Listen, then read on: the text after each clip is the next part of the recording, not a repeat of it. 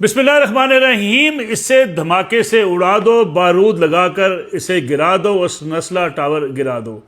یہ الفاظ تھے اس وقت کے چیف جسٹس گلزار کے، جب لوگ ان سے التجا کر رہے تھے، درخواستیں کر رہے تھے اور سڑکوں پر احتجاج کر رہے تھے، مطالبہ کر رہے تھے کہ نسلہ ٹاور کو نہ گرایا جائے. لیکن چیف جسٹس آف پاکستان بضد تھے اور وہ چاہتے تھے کہ نسلہ ٹاور کسی بھی صورت ہر حال میں گرا دیا جائے. حتیٰ کہ انہوں نے جب حکم جاری کیا تو یہ کہا کہ مجھے 24 گھنٹے کے اندر یہ ٹاور گرا ہوا نظر آنا چاہیے. اس بارے میں آج جو ہے آئینی عدالت نے ایک بڑا فیصلہ دیا ہے اور اس فیصلے کو چیف جسٹس آف پاکستان یعنی جسٹس گلزار کے فیصلے کو اختیارات سے تجاوز قرار دیا اور کہا جناب کہ یہ صوبائی حکومت کا معاملہ تھا، چیزوں کو ریگولیٹ کرنا. سپریم کورٹ آف پاکستان نے اختیارات سے تجاوز کیا اور نسلہ ٹاور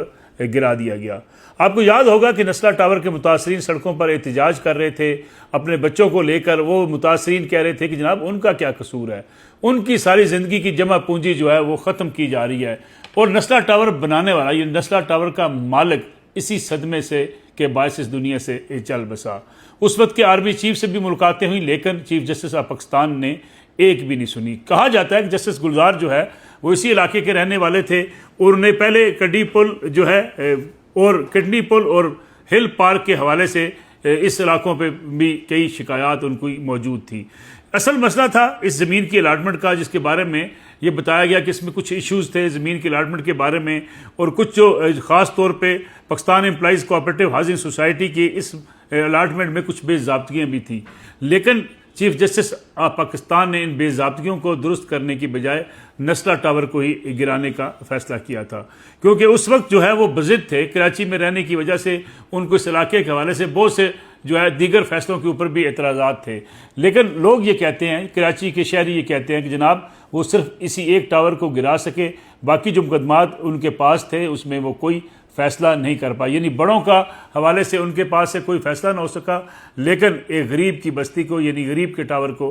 گرا دیا گیا. اب خوشی کا اظہار کر رہے ہیں نسلہ ٹاور کے متاثرین. وہ کہہ رہے ہیں کہ آئینی عدالت کے اس فیصلے کے نتیجے میں ان کی جمع پونجی واپس آ رہی ہے اور ان کا ازالہ ہوگا. سعید غنی جو کہ صوبائی وزیر ہیں سندھ حکومت کے، انہوں نے بھی اس بات پہ خوشی کا اظہار کیا اور یہ کہا ہے کہ جناب اچھا ہوا ہے کہ نسلہ ٹاور کے متاثرین کو ان کا جو ہے حق مل گیا ہے. اب سوال یہ پیدا ہوتا ہے کہ اس قسم کے واقعات یا اس قسم کے فیصلے ہمیں کئی سالوں بعد کیوں یاد آتے ہیں کہ یہ غلط فیصلے ہوئے. آپ کو یہ بھی یاد ہوگا کہ فیروز پور روڈ پر ایک ابوظہبی گروپ نے ایک بڑی بلڈنگ بنانے کا فیصلہ کیا تھا اور اس زمانے میں justice Iftikhar Ahmed Chaudhry chief justice تھے. انہوں نے جناب اس نہ صرف عمارت کو بننے سے روک دیا بلکہ آج تک وہ عمارت نہیں بن پائی، جس کی وجہ سے ابوظہبی گروپ پاکستان سے ناراض بھی ہوا. چودھری پرویز لائی پنجاب کے وزیر اعلیٰ تھے، سخت ان کے ساتھ ناراض تھے چودھری افتخار احمد چودھری صاحب. حتیٰ کہ معاملہ یہاں تک تھا کہ جناب افتخار چودھری صاحب نے ایک بار جو ہے لاہور کے دورے کے دوران ان کے آفس سے کہا گیا تھا کہ جو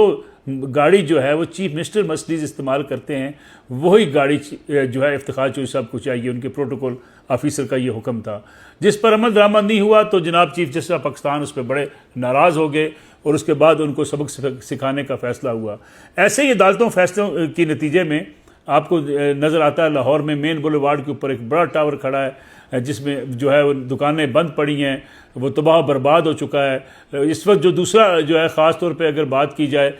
تو اس میں کلمہ چوک کے اندر بھی ایک بڑا جو ہے ٹاور ہے وہ بھی ایسے ہی خالی پڑا ہے. بتایا جاتا ہے کہ اس کے حوالے سے بھی سپریم کورٹ آف پاکستان نے کہا تھا جناب اسے گرا دیا جائے. اگر رابی سینٹر کو گرانا ہے اور باقی چیزوں کو گرانا ہے تو یہ چیزیں اگر اس وقت سوچ لی جاتی کہ گرانے کی بجائے آپ اس میں اگر کوئی قانونی طور پہ کوئی سکم باقی تھا یا کوئی الاٹمنٹ کے حوالے سے یا کوئی اس کی بلڈنگ کی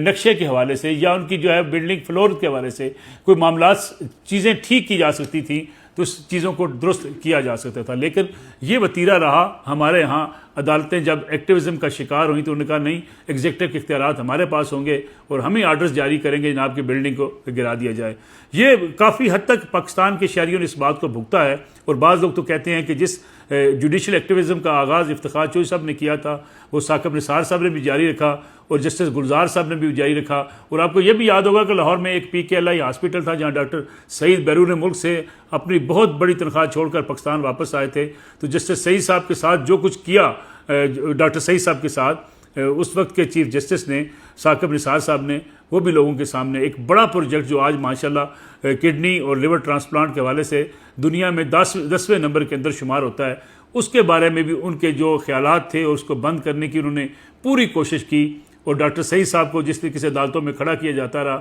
وہ بھی لوگوں کے سامنے ہے۔ پھر وہ مختلف ہسپتالوں کے دورے پر چل نکلے، پھر انہوں نے جا کے مختلف میڈیکل کالجز کا، عمارتوں کا، روڈز کے اوپر اور بڑی تجارتی مراکز کے اوپر بھی جناب چھاپے مارنے شروع کر دیے تھے۔ یہ معاملہ اس حد تک بگڑا کہ اب بھی ثاقب نثار کے حوالے سے جو خاص طور پہ مسلم لیگ نواز ہے وہ کہتی ہے کہ میاں نواز شریف کا معاملہ بھی ایسا ہی معاملہ تھا، ان کا نام آیا پاناما میں اور بہت سے لوگوں کے نام تھے، میاں نواز شریف کے بچوں کا نام تھا، لیکن جسٹس ثاقب نثار صاحب طے کر چکے تھے کہ نواز شریف صاحب کو نکالنا ہے، اور انہوں نے 184 کے تحت میاں نواز شریف کو نکال دیا۔ نہ ٹرائل کورٹ میں معاملہ بھیجا، نہ ہی جو ہے آئین کے مطابق جو ہے نہ اس کی سپرویژن کرنے کی سپریم کورٹ کو اس مقدمے کی ضرورت تھی، لیکن انہوں نے سپروائزری جج بھی مقرر کیا۔ اس فیصلے کے اوپر بھی بہرحال مسلم لیگ نواز کا اعتراض موجود ہے۔ البتہ بعض وکلاء کہتے ہیں نہیں جی وہ فیصلہ جو ہے وہ قانونی تھا، لیکن ان فیصلوں کے ساتھ اس کو نہ جوڑا جائے۔ لیکن اگر دیکھا جائے تو اس وقت سے جو سفر کا آغاز ہوا تھا افتخار احمد چوہدری صاحب کی طرف سے، وہ مسلسل تسلسل کے ساتھ چلتا رہا اور اس قسم کے واقعات جنم لیتے رہے، اور آج آپ سمجھیں کہ 5-6 سالوں بعد جو ہے اس وقت کی آج کی آئینی عدالت نے اس معاملے کو نپٹا دیا اور کہا جناب اس وقت کا فیصلہ غلط تھا۔ آخر جو ہے ذوالفقار علی بھٹو کو اتنے سال گزرنے کے بعد ان کی پھانسی کو غلط قرار دینے کا نتیجہ یا اس سے حاصل کیا ہوگا؟ کیا حاصل ہوا؟ آپ نے ایک لیڈر کو شخص کو جو ہے پھانسی تو لگا دی، لیکن اس کے بعد آپ نے کہا جی غلط فیصلہ تھا۔ سیم اسی طریقے سے جتنی عمارتیں آپ نے روکی، ملکی معیشت کو نقصان پہنچایا، متاثرین کی جو جمع پونجی وہ تباہ برباد ہوئی، اس کے نتیجے میں جناب کئی سال بعد آپ کو احساس ہو جاتا ہے کہ نہیں جناب یہ فیصلہ تو غلط ہوا تھا، اس کا ازالہ کون کرے گا؟ کیا جسٹس گلزار سے پوچھا جا سکے گا، جسٹس اعجاز الحسن سے پوچھا جا سکے گا کہ جناب جن لوگوں کے گھر گرائے گئے تھے، اگر آپ کو فیصلہ آئینی عدالت کو یہ غلط لگتا ہے تو آپ اس کے ذمہ دار ہیں یا نہیں؟ وہ ہوتا یہ ہے کہ ہمارے ہاں سیاسی حکومتیں بھی آتی ہیں، دعوے بڑے کرتی ہیں کہ جناب احتساب کیا جائے گا اگر ماضی میں غلط فیصلے کیے گئے ہیں، لیکن احتساب نام کی کوئی چیز ہوتی نہیں ہے، اور اس قسم کے فیصلے جو ہیں وہ پھر عام آدمی کے لیے تباہی کا سبب بھی بنتے ہیں، ان کے لیے مالی نقصان کا سبب بنتے ہیں۔ اب نسلا ٹاور کے متاثرین کو کس طریقے سے اکاموڈیٹ کیا جائے گا؟ اگر یہ فیصلہ غلط تھا، کیا انہیں دوبارہ بلڈنگ بنا کر دی جائے گی؟ تو کون بنا کر دے گا؟ پیسے کون لگائے گا؟ کیونکہ جیسے کہ میں نے پہلے ذکر کیا کہ جناب اس غم کے باعث جو نسلا ٹاور بنانے والا شخص تھا وہ تو اس دنیا سے رخصت ہو گیا۔ اب متاثرین خوشی کا اظہار کر رہے ہیں، سندھ حکومت بھی خوشی کا اگر اظہار کر رہی ہے تو اس کے ازالے کے لیے کیا اقدامات ہوں گے؟ یہ ایک بڑا اہم سوال ہے۔ آج دوسرا معاملہ جو اہم آپ کے سامنے رکھنے جا رہے ہیں وہ ہے سینٹ کی قیمہ کمیٹی کا فیصلہ کہ جناب سینیٹرز جو ہیں وہ سابق اراکین پارلیمنٹ کو بھی بلو پاسپورٹ دیں، ان کے بچوں کو بھی 28 سال تک جو ہے وہ بلو پاسپورٹ دیا جائے۔ تنقید ہم کر رہے تھے جناب کہ خیبر پختونخوا کی اسمبلی نے اتنے اختیارات سے تجاوز کیا ہے، انہوں نے اپنے لیے، بچوں کے لیے، گاڑیوں کے ٹول ٹیکس کے لیے، مقدمات کے حوالے سے اپنا مراعات کا بل منظور کر لیا، جس کے اوپر بڑی تنقید ہوئی۔ سہیل حفیظی صاحب نے کمیٹی بنا دی اور یہ اعلان کر دیا کہ جناب جس پہ اعتراضات آئے ہیں، جس پہ میڈیا نے یا عوام نے اعتراض کیا ہے، ایسی بل میں سے ان تمام شکوں کو نکال دیا جائے گا۔ خیبر پختونخوا معاملہ نپٹا نہیں تھا تو اب سینٹ کی قائمہ کمیٹی جو ہے وہ میدان میں آ گئی ہے۔ اور دوسری طرف اعتراضات یہ بھی کیے جا رہے ہیں کہ جناب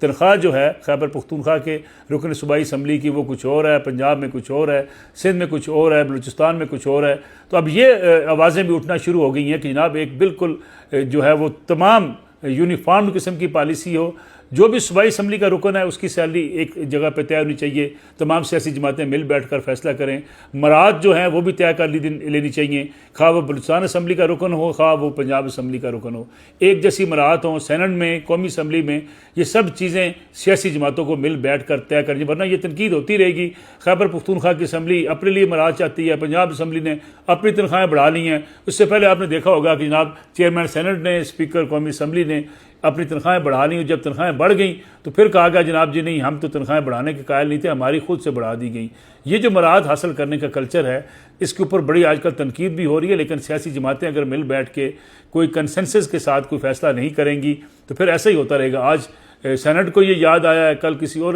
اسمبلی کو یاد آئے گا، لیکن ایک سوال جو شفیع جان نے جو وزیر اطلاعات ہیں خیبر پختونخوا کے، انہوں نے بڑا اہم سوال اٹھا دیا۔ انہوں نے کہا جی ہزاروں کی تعداد میں جو لوگوں کے پاس بلو پاسپورٹ ہیں اس میں سارے اراکین پارلیمنٹ نہیں ہیں، اس میں باقی لوگ ہیں، افسران ہیں، دیگر لوگ ہیں، یہ کون کون ہیں، یہ حکومت کو چاہیے کہ سامنے لے کر آئے کہ آخر کون مستفید ہو رہا ہے اس بلیو پاسپورٹ سے اور کون جو ہے وہ استحقاق نہیں رکھتا لیکن بلیو پاسپورٹ بنوا رہا ہے۔ یہ چیزیں سامنے آئیں تاکہ لوگوں کو پتہ چل سکے کہ جناب جس کو بھی پاسپورٹ دیا گیا ہے میرٹ پر دیا گیا ہے اور واقعی اس کا حق بنتا تھا، ورنہ ہر اسمبلی جو ہے اپنے اپنے لیے، ہر وزیر جو ہے وہ، ہر سیاستدان اپنے لیے مراد کے بل منظور کرواتا رہے گا اور عوام دیکھتے رہیں گے۔